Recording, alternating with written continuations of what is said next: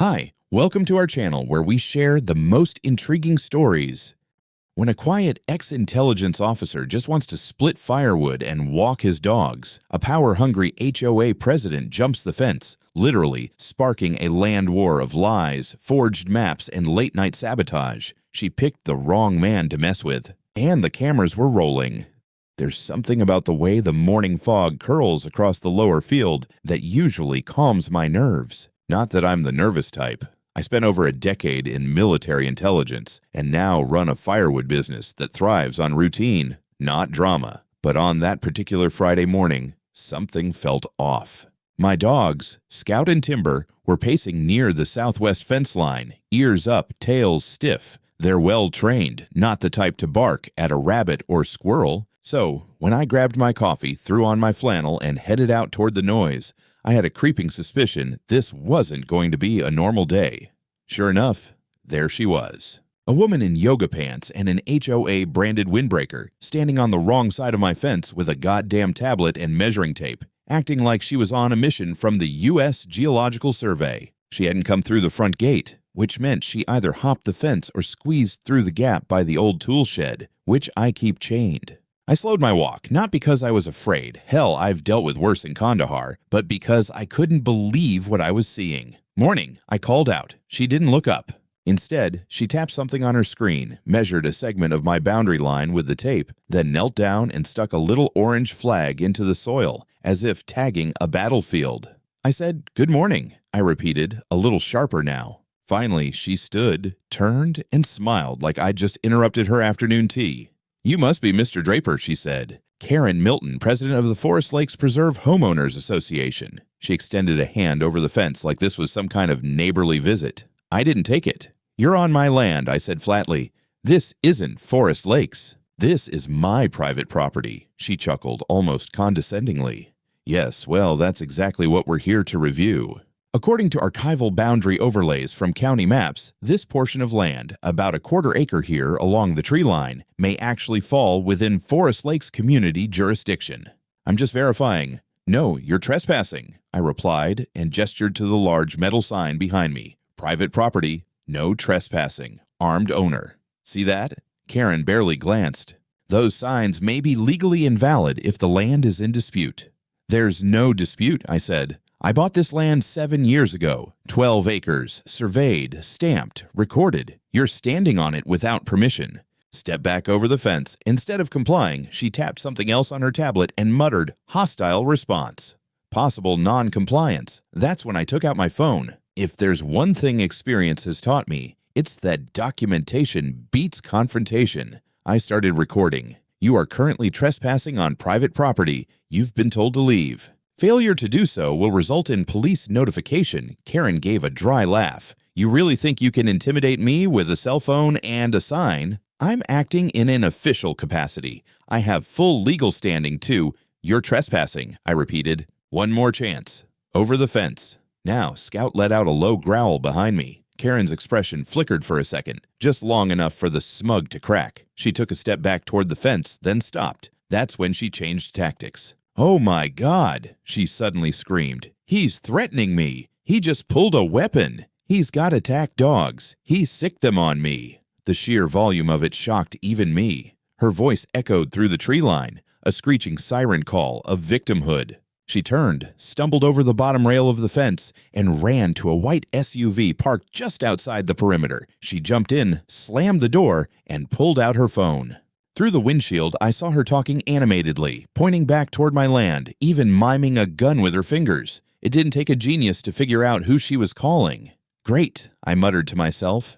"Here we go." Sure enough, 10 minutes later, I heard the crunch of gravel and the flash of red and blue. 2 sheriff's deputies pulled up along the southern fence access. I clipped my phone to the front of my jacket and made sure both dogs were secured. I wasn't worried, but I'd seen what panic plus stupidity could lead to, especially with someone like Karen playing damsel in distress.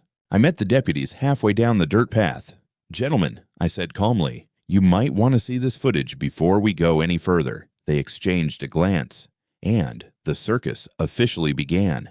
The deputies approached with cautious professionalism, hands loose near their belts, eyes scanning the surroundings. One of them, a younger guy with the regulation buzz cut and mirrored shades, gave me a polite nod. The other, older and built like a bulldog in uniform, looked like he'd seen a few too many calls like this to be surprised anymore. "You Matt Draper?" the older one asked. "That's me," I said, holding out my phone. "Before anyone says a word, I'd like you to see the full recording of the interaction." They didn't object. The younger deputy took the phone and pressed play. Karen's voice came through loud and clear, her condescending tone, her refusal to leave, my verbal warnings, the posted sign in frame, her sudden scream about guns and dogs, none of which had happened. The older deputy leaned in, watching silently, then gave a low grunt that could have meant anything from "here we go again" to "Christ." Another one of these. When the video ended, the younger one handed the phone back with a small nod. "You got exterior cameras too?" "4 perimeter ones. Footage is synced to the cloud. I've already flagged the relevant clip. Happy to give you access." Karen's SUV door opened behind them. She stomped over like she was leading a crusade, face flushed and righteous fury radiating off her in waves. "There he is," she shrieked, pointing at me like she was identifying a war criminal. "That's him. He threatened me with a firearm. He sicked his dogs on me. He was screaming and waving." "Ma'am," the bulldog deputy interrupted, holding up a hand like a traffic cop halting an oncoming semi. "We've reviewed Mr. Draper's video of the incident. At no point did he issue threats, display a weapon, or instruct his animals to attack. In fact, you appear to have been trespassing on clearly posted private property after multiple warnings to leave." Karen's mouth opened and closed, fish-like, trying to reboot mid-lie. "That's not. There must be more video. He edited it. Deep-faked it or something. He probably has some military tech to fake that stuff." "Ma'am, do you even hear yourself?" I asked, arms folded. "You stay out of this, psycho." She snapped, then turned back to the deputies. "He's dangerous. He's got guns. He lives out here like a damn survivalist. You need to search his house." The bulldog stepped forward. "Ma'am, I'm going to need you to calm down." "I will not calm down while you let this extremist threaten peaceful citizens." She shoved her phone in his chest and tried to push past him toward the gate. That was a mistake. The younger deputy stepped in, hand already moving to her wrist, while the older one gave a tired sigh like he'd seen this scene too many times. "You are now being detained for filing a false police report and violating private property boundaries. You need to turn around and place your hands behind your back." Karen froze for half a heartbeat. Then all hell broke loose. She screamed like a banshee, tried to slap the young cop's hand away, then kicked at the dirt, shrieking, "This is political. You're in cahoots with him. He's threatening me with his dogs." "Dogs are in the house," I muttered. "You're all going to get sued." She was cuffed and read her rights on the hood of her SUV while still bellowing about conspiracies and HOA authority. I stood with arms crossed, doing my best not to smirk. But the deputies saw it anyway. The older one approached me as they finished securing Karen in the back of the cruiser. "I'm guessing this isn't your first encounter with her." "First time she crossed the fence," I said. "But she's been hovering near the property line for a few weeks. Measuring, photographing, pretending to be someone official. You got copies of your deed and boundary surveys on hand. In the house. Certified copies too, if you want them." He nodded. "Might as well get ahead of it. We'll be filing a report, but I've seen people like this before. She'll probably lawyer up or try to get the HOA involved somehow. You said you're not part of it." "Nope. Bought the land before the development broke ground. My plot's outside their jurisdiction by at least 600 feet. County records confirm it." Well, she's got a different version of the truth. Probably thinks yelling it louder will make it real. He gave me a card. "If she, or anyone else from that HOA, tries something again, you call us. Don't handle it yourself. Appreciate it," I said. As they drove off with Karen still howling about lawsuits and land rights, I walked back up my gravel path with one thought repeating in my mind. This wasn't over, not by a long shot. By Tuesday morning, I figured the storm had passed. For now, Karen had been processed and released, and I assumed the embarrassment alone would be enough to keep her behind her HOA welcome desk for a while. I underestimated just how deep her delusion ran. A plain white envelope arrived by mail with the Forest Lakes Preserve HOA logo stamped in the top left corner like it was the seal of a federal agency. Inside, on crisp letterhead, was an official-sounding notice packed with the kind of legalese someone finds on Reddit and then mutilates with a thesaurus. It stated that, upon recent review and complaint, my property was found to be in non-compliance with Forest Lake standards, including but not limited to unapproved fencing materials, excessive structure coverage beyond allowed lot percentage, obstruction of community inspection access, aggressive animals deemed unsafe to adjacent residents, refusal to comply with community visibility standards. They demanded, in bold font, that I remove all fencing along the southwest boundary, demolish 2 non-permitted storage buildings, and provide access keys to the south perimeter gate for future inspections. Failure to comply, the letter warned, could result in fines, municipal enforcement involvement, and further action. At the bottom was a signature, Karen Milton, HOA president, freshly out on bond and clearly not wasting time. I set the letter down and stared at it for a long minute. Then I laughed. Not a chuckle, an actual full-body laugh that startled both of my dogs and ended in a snort. The idea that some woman who had just been arrested for trespassing on my land thought she could demand keys to it was so backwards I had to read the page again just to believe it was real. I scanned it into a PDF and sent it directly to my attorney, Lauren Finch, with the subject line, HOA Fantasy Fanfic Volume 1. Lauren called me within the hour. "Well, that's a new one," she said. "They're either incredibly stupid or they think you'll roll over. You've read my file. Do I sound like the rolling over type?" "Not in this lifetime," she replied. "I'll draft a cease and desist letter with an attachment clarifying the boundary jurisdiction and including certified records from the county. They're bluffing hard, and if they push again, we'll move for an injunction." The next day, I had a pair of signs professionally made and posted one on each access road. "This property is not part of any HOA. Private land. No inspections." No exceptions. That should have been enough, but Friday morning brought a fresh surprise. I woke up to the sound of beeping. Truck beeping, the kind that only happens when some fool is backing something heavy and expensive into a place it doesn't belong. I looked out my bedroom window and blinked twice.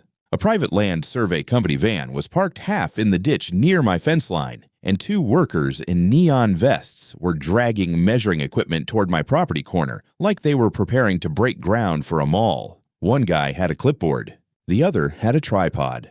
Neither had a clue they were walking into a legal buzzsaw. I headed out, boots on, coffee in hand, camera rolling. "Morning," I called. "You boys lost?" "No, sir," the clipboard guy replied. "We've been hired by Forest Lake's HOA to verify a disputed boundary line. We were told this area is part of a pending review zone." "Funny," I said, "because I'm the only owner of this property, and I didn't hire you." "Well, it's for the HOA." They said, "Doesn't matter what they said. This isn't their land. This is my land. I have cameras, legal boundaries on file, and a police report stating that unauthorized personnel have previously trespassed. You're 2 minutes from being added to that report unless you back out the way you came." They paused, uncertain. Clipboard guy mumbled something to the guy with the tripod, and after a few grumbles, they packed up and left without further issue. I filmed the whole thing, even caught a shot of the work order on the passenger seat with Karen Milton's name on it. I emailed that video to Lauren. 5 hours later, she called. "We're moving to pre-litigation," she said. "I'm preparing a package for municipal code enforcement, the sheriff's office, and the county land registry. We'll make it official that any further intrusion will be treated as malicious harassment. Also, I want the HOA's attorney on record. Time to smoke out whoever's enabling this circus." I was about to thank her when my phone buzzed again. "Unknown number," I answered, out of morbid curiosity. "Mr. Draper," the voice said, smooth, professional, male. "Speaking. This is Jacob Feldman. I'm legal counsel for the Forest Lakes Preserve Homeowners Association. I'm calling in regard to a recent series of misunderstandings between our organization and yourself. I'd like to propose a meeting to clarify matters.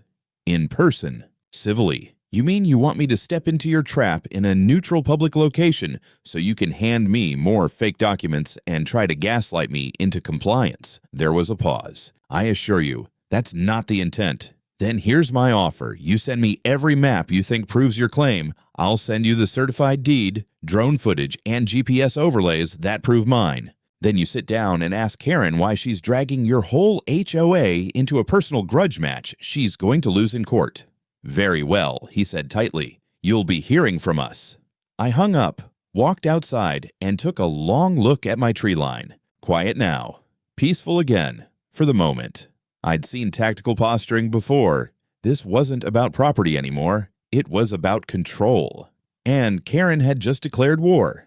I didn't have to wait long for the next move. On Monday morning, a certified envelope arrived via courier. Return address, the Forest Lakes Preserve HOA Legal Affairs Committee. Inside was a neatly printed document, sealed with a notary stamp titled Petition for Boundary Reassessment and Compliance Review. Attached to it was a map. Not a county-registered survey, not an official GIS overlay, just a grayscale printout with highlighter marks and an old Forest Lakes development logo in the corner. It had my property chopped off by a good 2 acres along the southwest corner. A red dotted line labeled Historic Boundary 1973 sliced right through my barn and chicken coop like it was a war map. They actually had the audacity to claim this was proof. I sat at the kitchen table staring at it, coffee cooling beside me. The map was labeled Exhibit A and included a note at the bottom. See Municipal Reference File, 1973 FLPGEO 42. I'd never seen this code before. My property wasn't even subdivided until the late 1980s.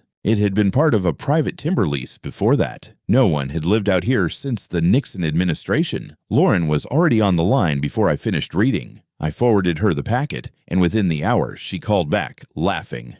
They just sent you a forgery, she said. I'm not being cute. That document is a joke. That map uses symbology the county didn't adopt until the 2000s. It's pretending to be from 1973, but references landmarks that didn't exist until after Forest Lakes was built. They really think they can slide this past a former intelligence officer and a real estate lawyer. They think bluster is a substitute for legality, she replied. But I've already run it by a friend in the county records office. There is no such document as 1973 FLPGEO 42. That file number is completely fabricated. Good. Let's use it. We spent the next 48 hours compiling everything. My deed, my closing documents from 7 years ago, the full title insurance report, 3 different surveys from 2 certified land engineers, and drone overlays with GPS timestamps.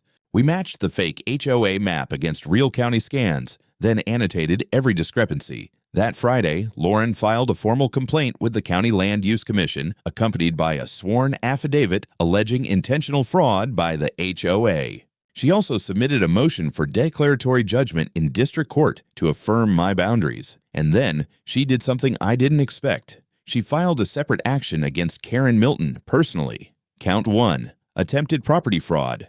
Count 2, false report to law enforcement. Count 3, civil harassment and abuse of process. We had the recordings, we had the maps, we had the surveyors ready to testify, and we had Karen's own signature on forged documents. I figured that might slow her down. It didn't, because the next week she tried again. On Wednesday morning, I heard a car roll up while I was stacking firewood near the workshop. I came around the corner and saw a man in a tan blazer standing by my mailbox, holding a clipboard and snapping photos with his phone. A silver SUV idled at the end of my driveway, Karen in the passenger seat, sunglasses and all, arms crossed like a queen surveying her failed kingdom. I walked over slowly, camera already running. The man looked startled. "Can I help you?" I asked. "I'm conducting a preliminary assessment on behalf of the Forest Lakes HOA Compliance Committee. You're standing on private property," I replied, "and you are trespassing. You've got 30 seconds to explain why I shouldn't call the sheriff." He lifted the clipboard like a shield. "I was told this parcel was under legal review.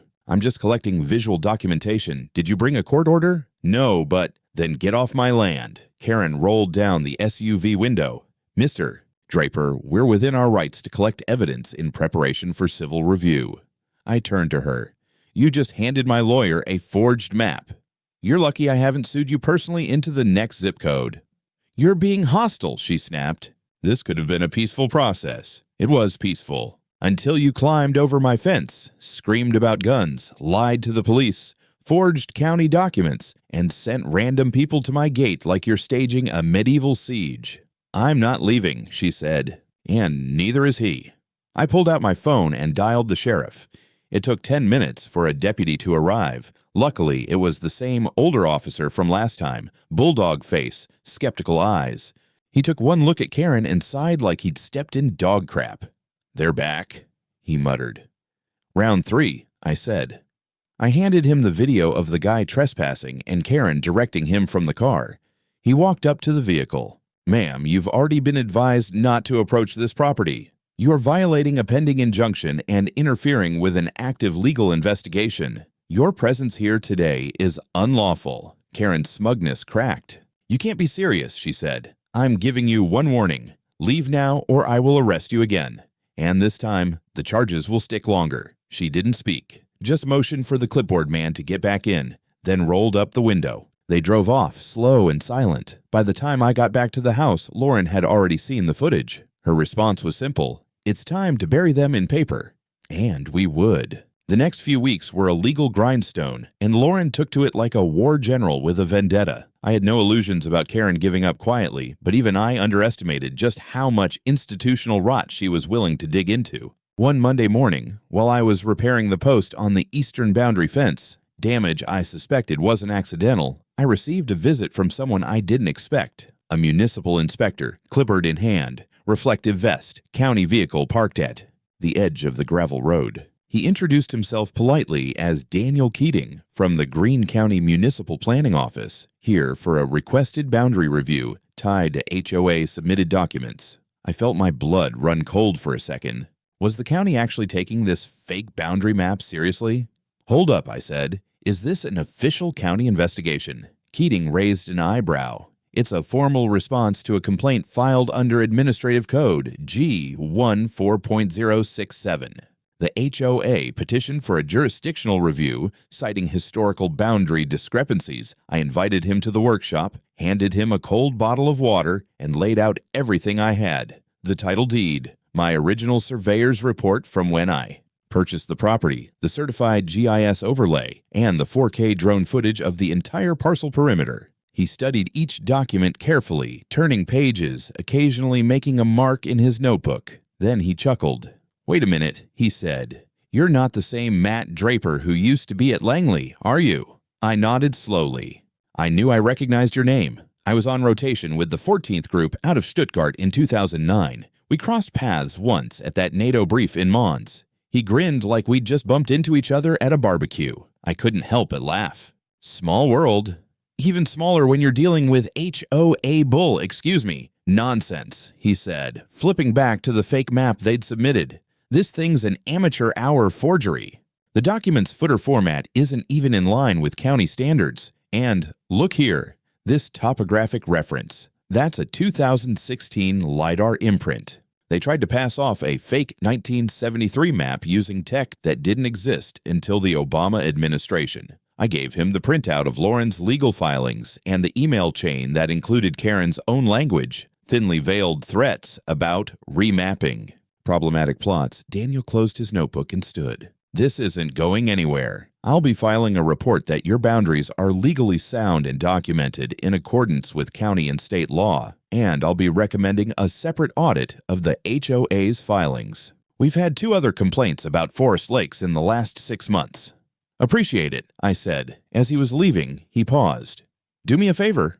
Install a second trail cam facing the south ridge. If they fake this once, they may try something dumber." He was right. The next day, I found new survey flags planted, cheap plastic stakes about 15 feet inside my western line. They weren't there the day before. One of them was stuck into a pile of wood I had stacked for splitting, as if to mock me. I pulled out the footage from the new camera. Sure enough, around 2:18 a.m. the previous night, a hooded figure crept in from the HOA side, ducked the fence line, and quickly planted the flags using a headlamp and a small hammer. He was fast and practiced. This wasn't the first time he'd done something like this, but what he didn't know was that my new cam had night vision. Clear as day, I had his face the moment he looked up at the tree line to check his bearings. It was one of the men from Karen's so-called inspection crew the week prior. Lauren's response was immediate. She filed a temporary restraining order, TRO, against further HOA intrusions, citing harassment and property tampering. Then, she attached the trail cam footage as evidence in our civil suit. Meanwhile, I replaced all perimeter signs with bolder ones, installed motion-activated floodlights, and posted a notice at the main trail entrance, private property, under constant video surveillance. Trespassers will be prosecuted to the full extent of state and federal law. That same afternoon, a letter from the HOA's attorney arrived. It was a threat. The letter accused me of harassment, emotional distress to Karen, and creating an environment of hostility toward HOA officers. They claimed I was making the community unsafe with my aggressive signage, firearms presence, and surveillance tactics, and threatened to seek a civil injunction preventing me from menacing the neighborhood. I nearly spit my coffee across the table. Lauren's reply was fire. She sent a cease and desist letter to the HOA's legal team, listing every false claim, every trespass, and every forgery, all backed with photos, footage, and municipal assessments. She even copied in the County Board of Supervisors and the State Real Estate Regulation Board. The gloves were off now. And Karen, she still hadn't shown her face in person again, but her fingerprints were on every inch of this campaign. They'd picked the wrong man to mess with. 2 mornings later, I stood on my porch, coffee in hand, watching the county deputy's cruiser roll slowly down the gravel drive. I'd been expecting him. After the HOA's emotional distress stunt and our cease and desist, Karen had doubled down. Apparently, she'd now filed an official complaint against me, alleging harassment, intimidation, and unlawful surveillance. The kicker, she accused me of pointing a firearm at her during our first confrontation. Again, Deputy Holt stepped out of the cruiser. I knew him from years ago. Tall, clean-cut, professional, and as dry as the dirt road behind him. "Matt," he said, tipping his hat, "just here to follow protocol." "Figured," I said, opening the gate. "Want coffee before we dive into the bullshit?" He smirked. "You still take it with jet fuel instead of cream?" We sat in the workshop. I handed him a folder labeled Karen Lies Volume 2 inside, timestamps, screenshots, the original footage, the municipal report from Keating, and a notarized letter from Lauren attaching all relevant legal responses. Holt read in silence for a while. Then, "Jesus, this is a whole operation. Feels more like an HOA psyop. She claim you aimed a weapon at her?" "Not only that," I said. "She told the county clerk I let my dogs loose to terrorize her while I charged with a shotgun. There's no shotgun in the video. No dogs even barked. I was holding a cell phone." He sighed and leaned back. "Look, I've got to write this up. But I'm also forwarding it to the DA's office with a recommendation that she be cited for filing a false report. She's already under review for one. Then it won't look good when there's 2. But Karen wasn't just playing dirty through paperwork. Now, that same evening, I came back from a firewood delivery to find my southern boundary fence down again. This time, not just damaged, but cut. Wires snipped clean, posts kicked over. I checked the new camera. Footage showed 2 individuals, hoods up, gloves on, moving fast and low around 2 in the morning. One held bolt cutters. The other carried what looked like a utility satchel. They weren't random vandals. They were working deliberately, targeting that stretch where HOA's fake map tried to claim their boundary bled into mine. Lauren escalated. She filed a motion for injunctive relief, requesting a judge order HOA to cease all physical interactions with my property until legal matters were resolved. We submitted the new footage, the earlier inspection report, and a detailed affidavit from Daniel Keating. But before the motion could even be heard, Karen struck again. That weekend, she organized an HOA community land reclamation walk. I found out about it from a flyer taped to my mailbox. Smug language about educating residents on boundaries and correcting outdated property lines. I wasn't invited. But around 10 a.m. that Saturday, I heard voices, multiple, moving through the woods on my west ridge. I grabbed my phone, hit record, and headed that way, with the dogs flanking me, both leashed and calm. What I found was Karen, 2 HOA board members, and at least a dozen residents on my land. They were holding clipboards, printed maps, and in some cases, little orange flags. "Back off my property," I called out. Karen turned like a theater actress mid-rehearsal. "We're conducting a peaceful, educational walk. You're trespassing. This land is contested. Not legally, not physically, and not today." She smiled, condescending. "We're exercising community oversight. I suggest you don't interfere. Leave." Now she raised her phone, recording me, and gestured to one of her followers. He's hostile. This is what we're dealing with. I calmly unclipped one of the laminated county maps from my belt and held it up next to hers. My map's certified, registered, and backed by the county. Yours was drawn up by your cousin in MS Paint. There were chuckles. Even one of the residents looked embarrassed. Karen's eyes narrowed. If you don't leave, I'll call the sheriff. I already did, I said. And if your feet are still here in 10 minutes, they'll be taking your whole field trip down to the station. That broke the group. People started mumbling, backing away. Karen tried to keep face, but her army was dissolving like sugar in rain. They were gone in 8 minutes, but the damage was done. One of her education flags had been left behind, planted directly in front of the shed that stores my sawmill equipment. She'd tried to mark it like it was part of the HOA's common ground. Lauren told me we had enough now to move forward with a full civil suit for harassment, malicious trespass, and abuse of process, and that night, we filed it. By the time we got our court date, the whole ordeal had started to feel less like a property dispute and more like a campaign of psychological warfare. Karen wasn't just trying to intimidate me. She wanted to wear me down, humiliate me, make an example out of me for the rest of the HOA. But I'd seen this kind of tactic before, in a different uniform on a different continent. And I wasn't about to roll over for some suburban tyrant with a fake map and a superiority complex. Lauren and I had prepared every scrap of evidence we had. The original deed, the survey plats from both purchase and recent drone-assisted revalidation, video footage from every camera I owned, signed affidavits from both Daniel Keating and Deputy Holt, and most importantly, the HOA's own internal emails. One of Karen's junior board members, a guy named Cliff, had a change of heart after the educational walk debacle. Apparently, he'd joined the HOA just to get out of paying pool fees, not to launch land grab crusades. He handed over several damning emails between Karen and other board members,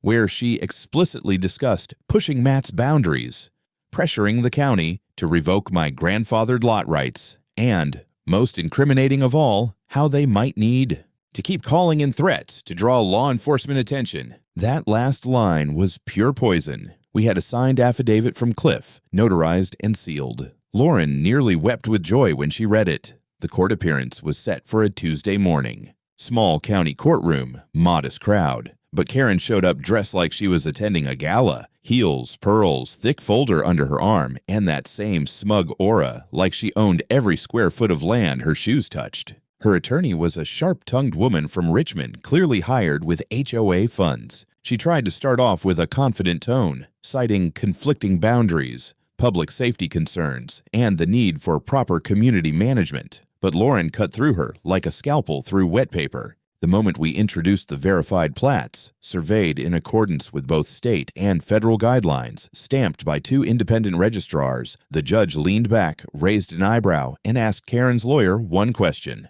Do you have any official map that contradicts these plats, validated by a county surveyor or licensed professional? The silence was beautiful. Karen's attorney stammered something about community maps and historic understandings, but it didn't land. Then came the footage, clips of Karen jumping my fence, yelling about enforcing HOA rules, contradicting herself across different days. Footage of the walk, the orange flags, the confrontation with my dogs calmly sitting by my side while she claimed I'd released them. Then Cliff's emails. That part hit like a shotgun blast. Karen's lawyer requested a recess. It was denied. The judge leaned forward, voice firm now.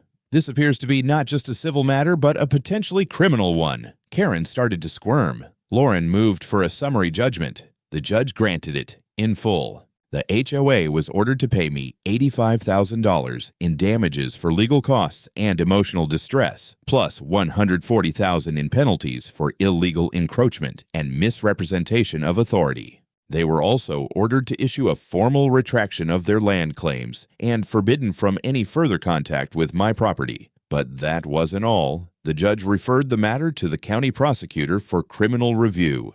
The charges: filing a false police report, criminal trespass, harassment, conspiracy to defraud, and falsification of property documentation. Karen's face drained of color. That night, I sat on my porch with a glass of bourbon, dogs at my feet, watching the sunset burn down over my untouched 12 acres. The sheriff's office called just after dark. Karen had been served. She was being arraigned the next morning. She'd lawyered up again, this time criminal defense, and the HOA. A special meeting was held within 48 hours. Half the board resigned. A third of the members filed exit notices. My mailbox overflowed with apology letters, some handwritten, some typed, a few with small gifts. One neighbor left a pie with a sticky note. Sorry for voting for her. We didn't know she was crazy. And then came the press.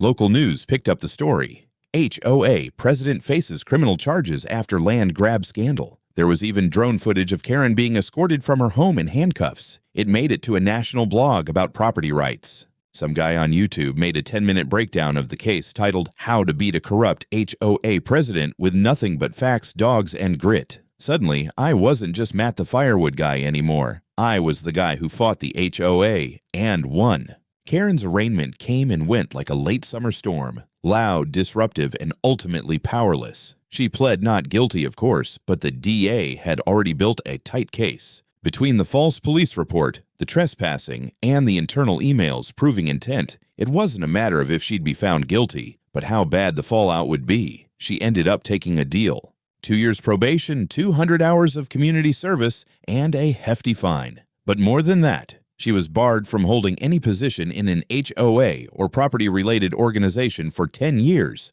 Her reputation? Ruined. Her power? Gone. And her house? Sold. Fast. At a loss. I heard she moved 2 counties over, started fresh somewhere that wouldn't Google her name. As for the HOA, it crumbled from within. With Karen gone and the board gutted, residents voted to dissolve the association entirely. The signs came down. The bylaws were shredded. By the end of the fall, Forest Lakes Preserve HOA was officially terminated. A few neighbors, those who'd backed Karen early on, tried to make peace. I didn't hold a grudge, but I didn't open my door for just anyone either. Trust had been earned the hard way. I used part of the settlement money to reinforce my perimeter. New steel gate, floodlights, expanded camera coverage, and a 10-foot wide sign right by the drive. Private property. No trespassing. No HOA. Cameras recording 24/7. People got the message. Funny thing is, all I ever wanted was to be left alone. To run my firewood business, walk my dogs, and work on my land. But now, folks stop me at the farmer's market, ask for advice on dealing with HOAs, or tell me I'm some kind of local legend. Some even ask if I'd run for office. I laugh it off. But I'll say this. If another Karen comes stomping through my fence with a fake map and a god complex, I'll be ready. Just like last time.